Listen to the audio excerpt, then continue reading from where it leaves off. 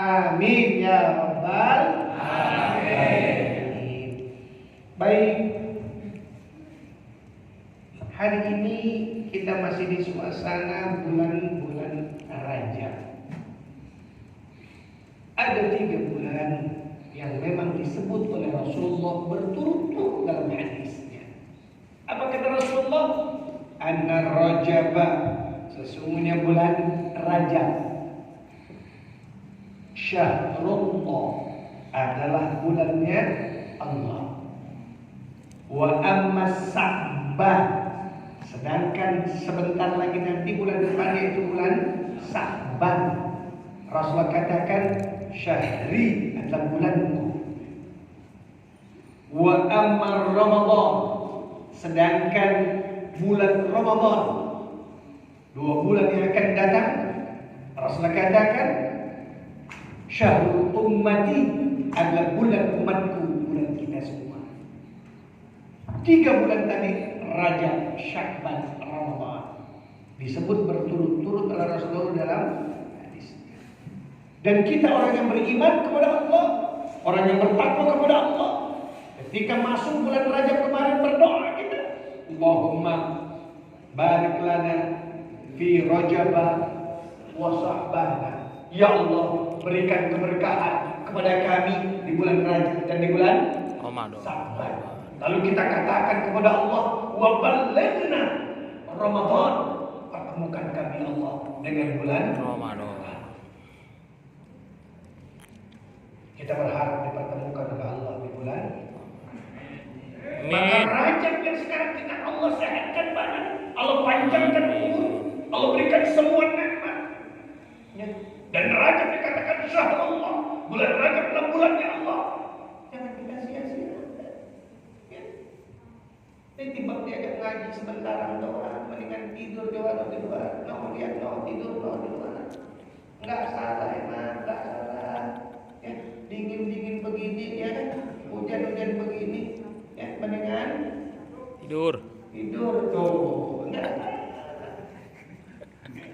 Mendingan tidur, enggak salah. Tapi ketika berada dalam majelis ilmu, mana yang lebih utama, lu tidur apa duduk di sini? Berat. Ya. Mudah-mudahan yang duduk, udah santai nih, udah duduk pasti positif nih ya. Gak ada yang bangun lagi nih.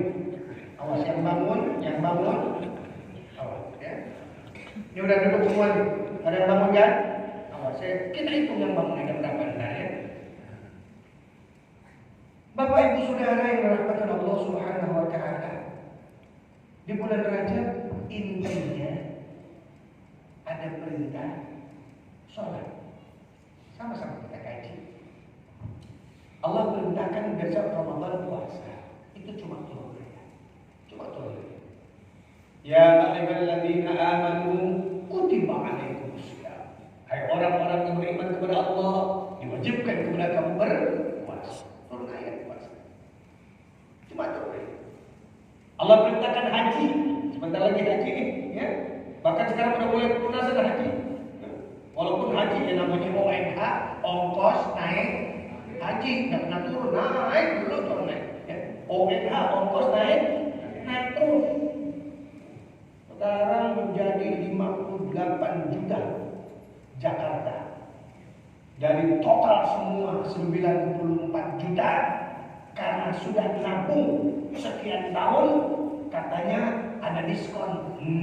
Diskon duit kita yang sekian tahun itu, ya kan? Duit kita juga yang 24 juta kita setahun. Jadi bayar sekarang 58.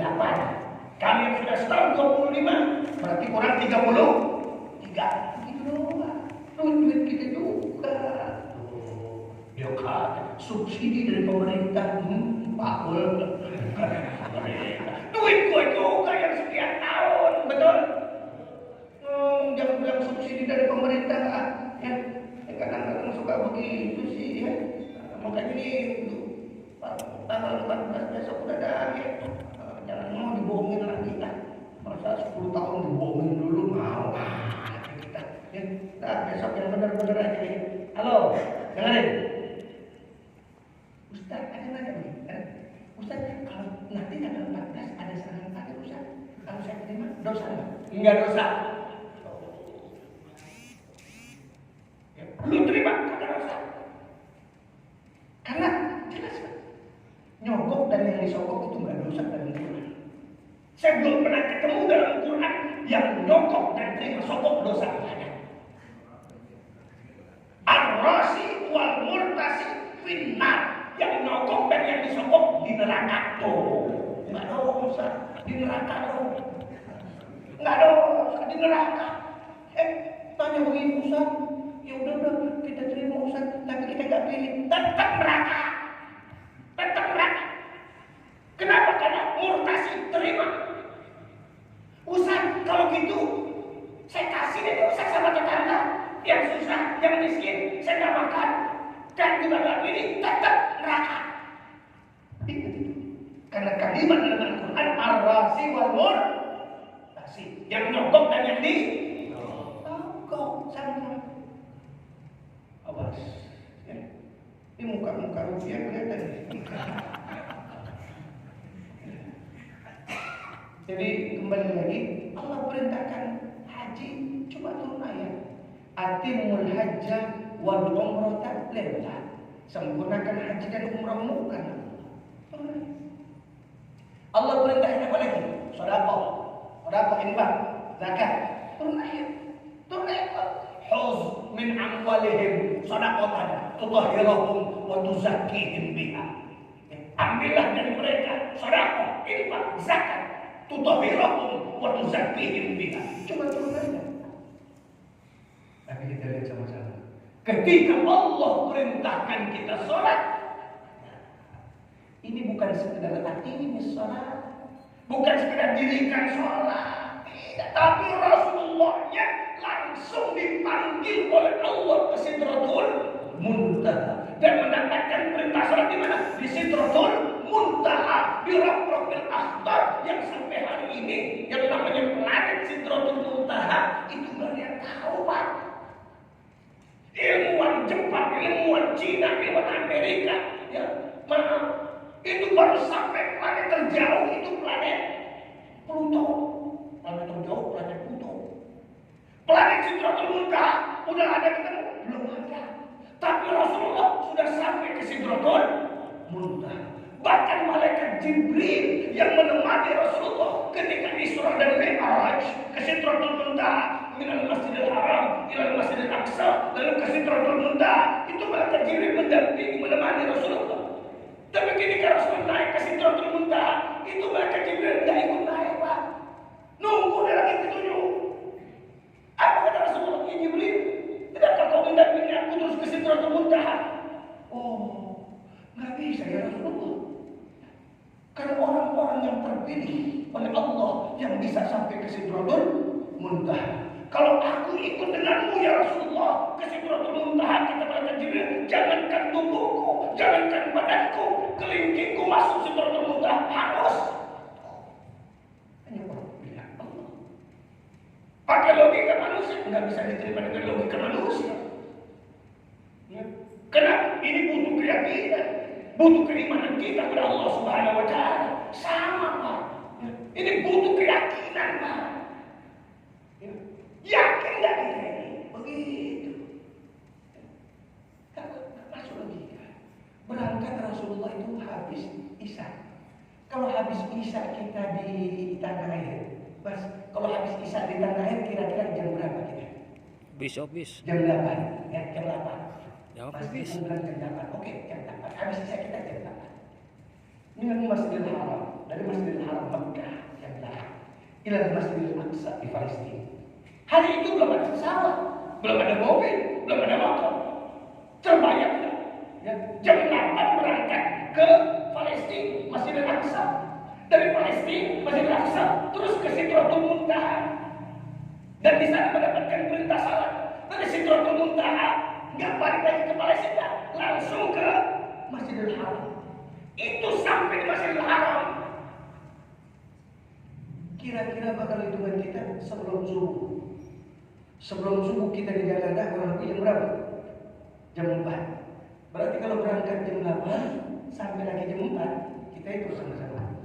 8 tadi berangkatnya 9, 10, 11, 12, 1, 2, 3, 4, 8 jam.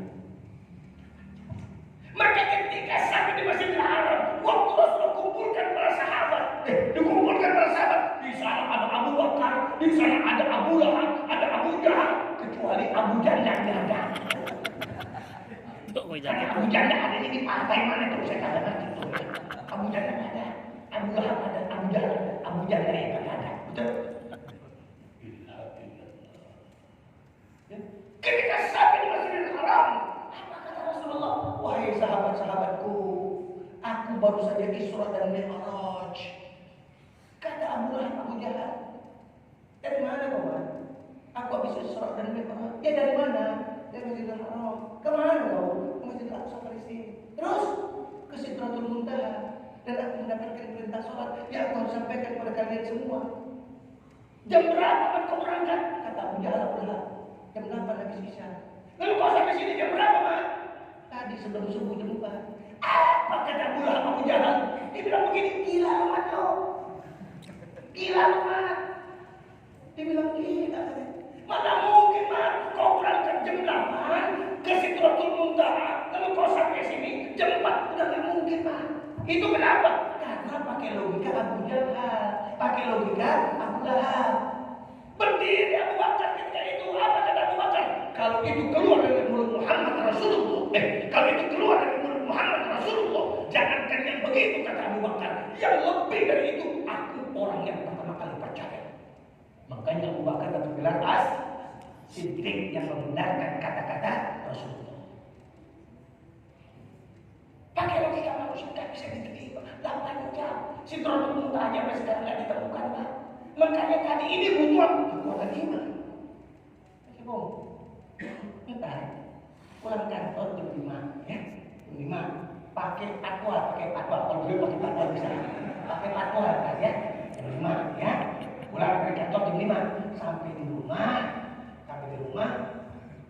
cari semut, tangkap semut. Nah, jangan dimatiin, Pak cukup, ya. Jangan dimatiin, simpan di kantor.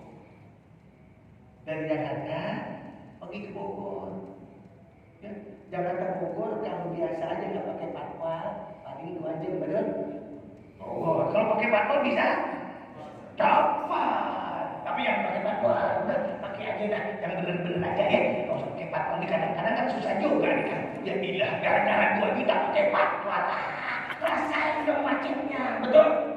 Nikmatin dong macetnya, betul? Ini kadang-kadang dikit-dikit payah kan susah juga Pak Joni, ya kan? Ada yang model-model begitu tuh, ya. Jakarta ke Bogor 2 jam. Kalau berangkat jam 6 sampai di Bogor jam berapa? Jam 8. Sudah sampai di Bogor, balik lagi Jakarta 2 jam lagi. Sampai di Jakarta jam berapa? Jam 10. Keluarin tuh semua dari kantong Pak Joko. Dia ketemu sama teman-temannya. Dia ngomong tuh semua. Oi, gua baru dari Bogor. Gua baru pulang dari Bogor. Kata temannya, jam berapa lo jalan? Jam 6. Sampai sini jam 10. Kata semua yang lain, gila lo. Begitu. Kalau pakai logika semut dibilang dia gila, tapi semut ada di kantong beliau. Betul? Sama Rasulullah juga begitu. Pakai logika Abu Jahal, pakai logika Abu Lahab nggak bisa diterima. Tapi Isra dan Mi'raj ini kemauan siapa? Allah Subhanahu wa Ta'ala. Maka diterima harusnya dengan kekuatan iman dan takwa kita kepada Allah Subhanahu wa Ta'ala. Ya. Intinya apa? Tadi begitu tinggi nilai sholat, sampai-sampai perintahnya saja nabinya langsung diambil. Maka sekarang ayo, ya, halo Bapak, halo yang masih dulunya bujangannya, ya, masih SMA-nya, belum nikahnya, ya, masih berani tinggalin sholat, ada? Tunjukkan, yang berani tinggalin sholat dulu masih mudanya, ada? Tuh, satu doang. Bis. Yang ada kan? Bis. Cuma dua, orang soleh semua. Orang soleh semua. Cuma dua yang jujur itu. Jangan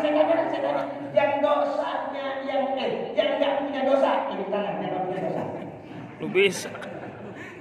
Yang nggak punya dosa. Lubis. Yang dosanya dikit, tunjuk tangan. Oke, jangan ngaku. Yang dosanya banyak, tunjuk tangan. Lu merasa dosa kan lu kagak nunjuk lu. Susah juga kita. Merasa dosa paling banyak nunjuk kan kita nunjuk. Ayo yang kemarin bujangannya, remajanya, belum kerjanya, masih berani tinggalin sholat, sekarang nih. Betulin sholat kita, udah jangan ditinggal lagi. Awwalu ma yuhasabu bihil abdu yaumal qiyamah as-salat, kata Rasulullah. Awwalu ma yuhasabu bihil abdu yaumal qiyamah as-salat. Nanti yang dihisab, yang dihitung, ya, ketika hari kiamat yang pertama kali dihisab dihitung apa? Sholat.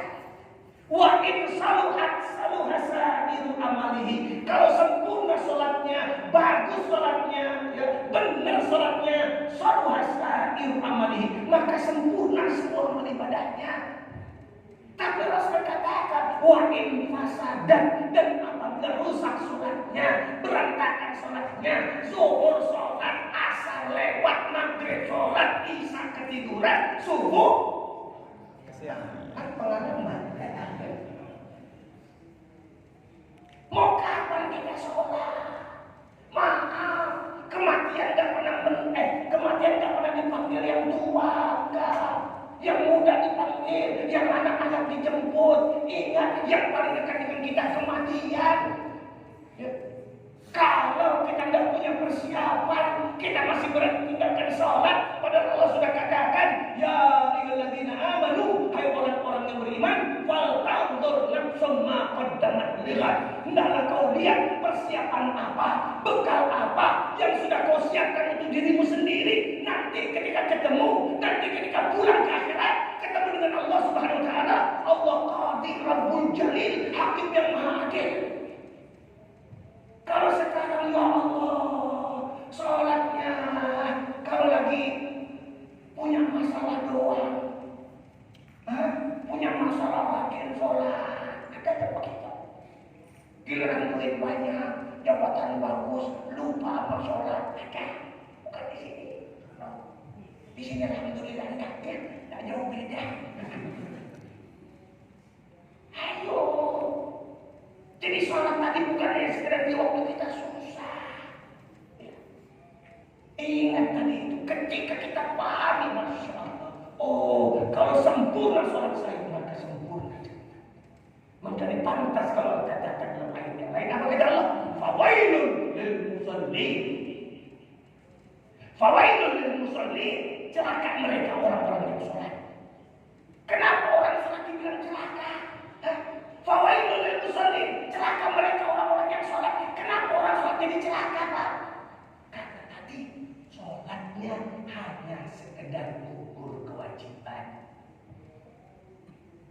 Allahu Akbar, Allahu Akbar. Sholat.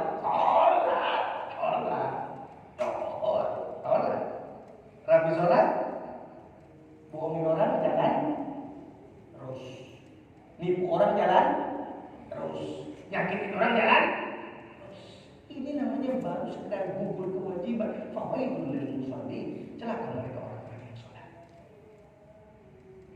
Dan maaf, saya katakan Bapak Saudara, nggak usah lemes mulut kita ini. Ini kadang-kadang ada di antara teman kita juga yang mulutnya kayak pintu nggak ada yang jalan. Awas, bangun. Satu, bangun. Awas lu kagak balik lagi gua baca Al-Fatihah. Ini kadang-kadang handphone bunyi biasa. Udah paham yang model-model begitu di WA temannya udah telepon udah bunyi kan. Temannya udah keluar nggak balik lagi dia. Awas lain ya. Udah paham yang model begini ya. Ngaji juga sama ibu-ibu begitu. Saya paham banget tuh ngaji sama ibu-ibu. Ngaji bawa anaknya dari umur 3 tahun. Ngaji yang umur 3 tahun tuh orang dewasa. Dapat 15 menit usah ceramah, anak kecil bete, nangis pada, keluar nggak balik lagi. Ada, sudah paham banget kawan. Satu baru kawan ya, satu. Hampir mati, kan gue itu.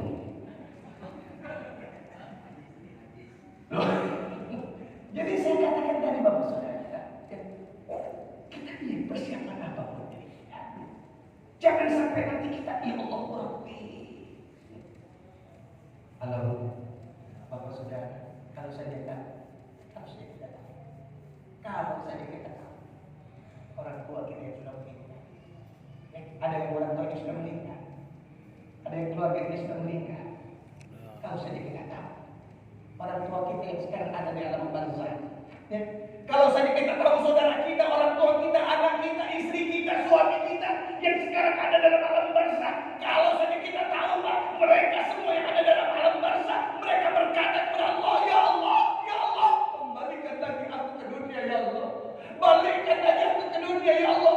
Itu orang-orang yang ada di alam barzah, dia berkata kepada Allah, kembalikan lagi aku ke dunia ya Allah. Dia pengen balik lagi ke dunia. Mau ngapain dia balik lagi ke dunia? Dia pengen sholat Pak. Dia pengen sholat. Lalu sekarang kita yang berkasih sehat badan panjang umur masih berada.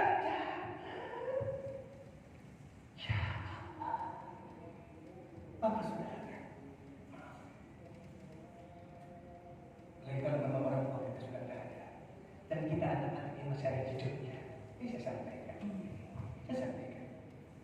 Kita ini sekarang ada di alam dunia, ya kita ada di alam dunia. Orang tua kita yang sudah meninggal Mas, orang tua kita yang sudah meninggal itu berada di alam barzah namanya ya, berada di alam barzah.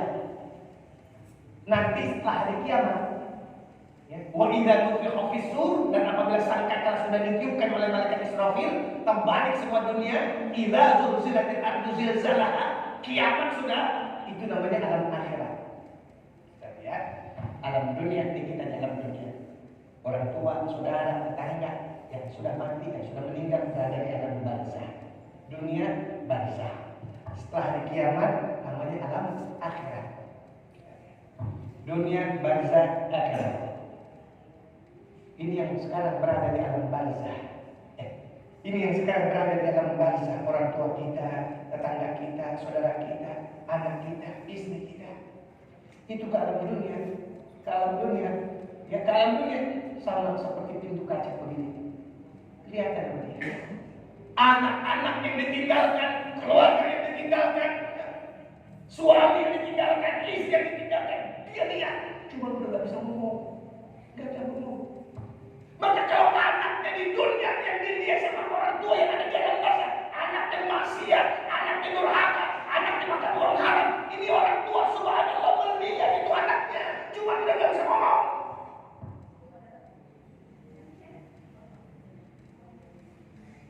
Kalau akhirat sama seperti pintu kaca. Itu mereka yang ada di alam barzah sudah lihat tempat. Nanti akan ditempati ketika hari akhirat. Tempat yang akan ditempati ini sudah lihat itu. Ya Allah, jangan-jangan itu tempatku ya Allah.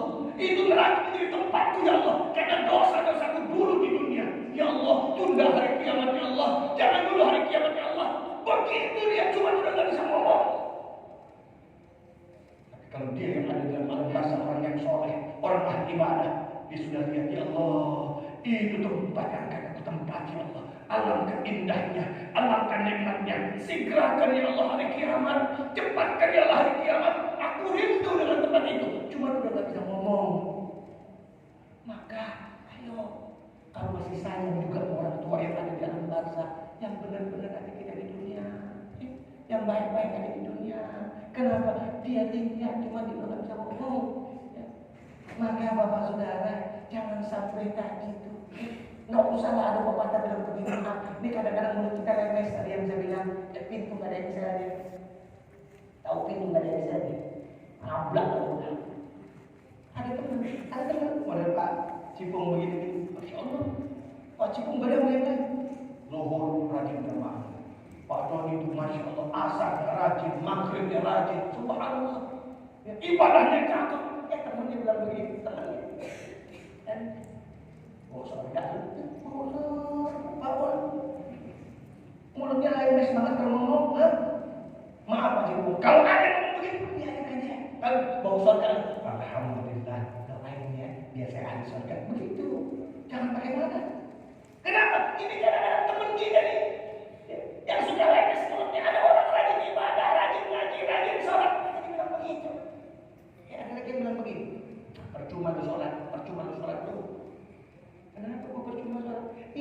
suka ngomongin orang. Percuma lu sholat lu masih suka korupsi. Percuma lu sholat lu masih belum benar. Maaf. Benerin dulu deh diri lu, baru lu rajin sholat. Maaf. Ingat, bukan berarti harus sempurna dulu kita baru sholat. Tapi Allah mengatakan, Inna sholata tanha anil fahsya'i wal munkar. Sesungguhnya sholat itu mencegah pekerjaan yang kecil, mencegah pekerjaan yang sholat dulu, gitu. Sholat dulu yang benar. Nanti tadi itu akan mencegah pekerjaan yang kecil, akan mencegah pekerjaan yang munkar. Ya sholatnya dulu benerin, jangan dirinya dulu bener, sholatnya dulu. Kalau sholatnya udah bener, Allah udah bilang inna sholata tanha anil fahsya'i wal munkar. Sesungguhnya sholat mencegah pekerjaan yang kecil, mencegah pekerjaan yang munkar. Kalau sholatnya udah bener, sholatnya udah bagus. Ini pekerjaan saya ada ibadah. Simpan. Tuh, cakep nih. Kenapa sholatnya benar? Kalau sholatnya berkumpul kewajiban, fawailul musallin. Allahu akbar, sholat. Pak, ya. Sambaran cepat. Maaf. Ya, pantas jadinya. Maka jadikan sholat itu sebagai apa? Imaduddin. Ya. As-sholatu imaduddin. Sholat itu tiangnya agama. Ya. Barang siapa yang sholat berarti dia mendirikan agama. Barang siapa yang tidak akan sholat berarti dia merusak agama. Yo, jangan sampai di sisa-sisa umur kita yang sudah tentukan kita masih berani meninggalkan sholat dengan sengaja. Dan mudah-mudahan yang hadir ini semua adalah orang-orang ahli ibadah kepada Allah Subhanahu. Orang-orang yang takut hanya kepada Allah Subhanahu. Dan sekali lagi nggak akan pernah susah. Ya. Jadi saya katakan, kenapa sih dia begitu-begitu aja? Kenapa sih dia kayak gitu aja? Maaf Bapak, bagaimana kita kepada Allah? Ya. Kalau kita sudah dengan Allah tepat waktu, kalau kita dengan Allah sudah dekat, pasti apapun yang menjadi hajat, apapun yang menjadi keinginan, apapun yang menjadi cita-cita, Allah nggak tidur, Allah nggak merem, pasti kok. Ketika ya kok begini-gini aja, tanya dulu, udah benar sebelum sholat saya, udah benar bagaimana hubungan saya dengan Allah. Kalau belum benar sholatnya, hubungannya belum bagus, tidak akan harap. Maka sekali lagi Bapak Saudara, mudah-mudahan Allah ridha buat kita semua dan mudah-mudahan Allah panjangkan umur kita dalam ibadah. Dalam rangka memperbaiki tadi, ya, memperbaiki kemarin-kemarin yang belum benar. Ingat, faman taba, barang siapa yang bertobat kepada Allah dengan taubatan nasuha, la dzanba, maka bagimu tidak ada dosa. Ya, abang dosanya dikit, dikit apa banyak? Ubis. Dikit apa banyak? Banyak. Yakin?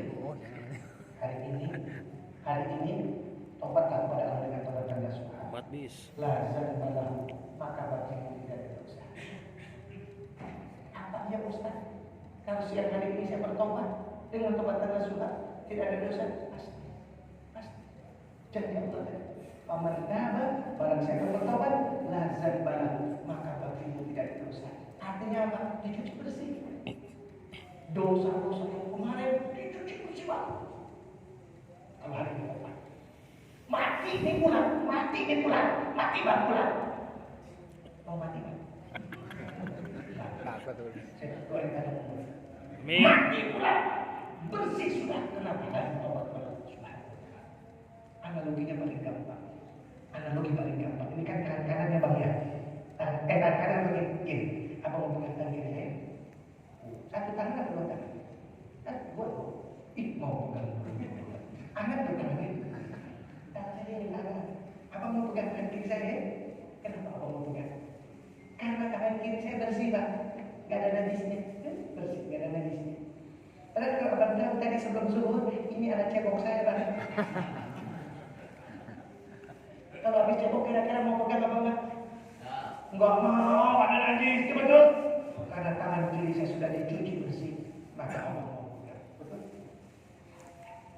Kalau hari ini bertobat kepada Allah, saya mohon ampun kepada Allah dengan betul-betul mohon ampun.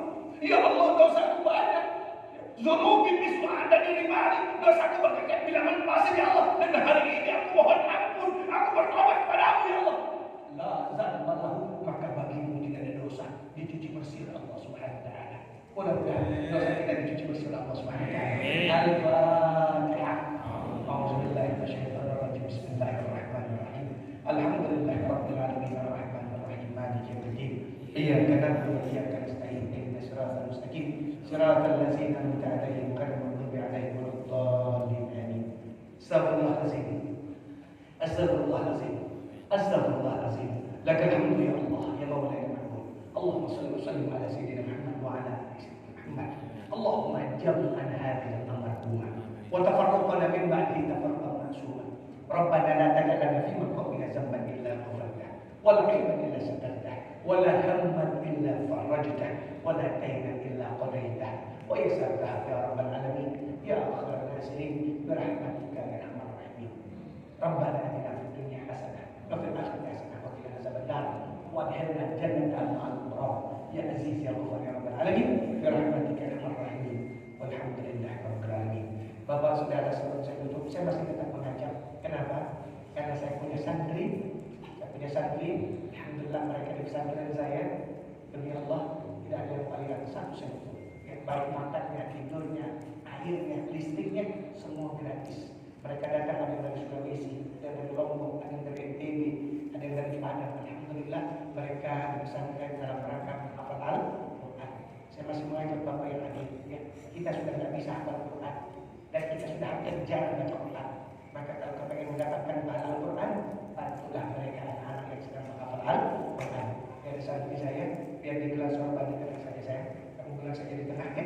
Silakan yang Bapak punya rezeki lebih, mau bantu anak-anak yang sedang menghafal Al-Quran, silakan bantu. Mudah-mudahan Allah tambah rezekinya, Allah berkatkan rezeki yang masih ada. Ya, sekali lagi mohon maaf yang benar dari Allah, yang salah atas dasar kebodohan sendiri. Wallahu muwaffiq ila aqwamit thoriq. Assalamualaikum warahmatullahi wabarakatuh.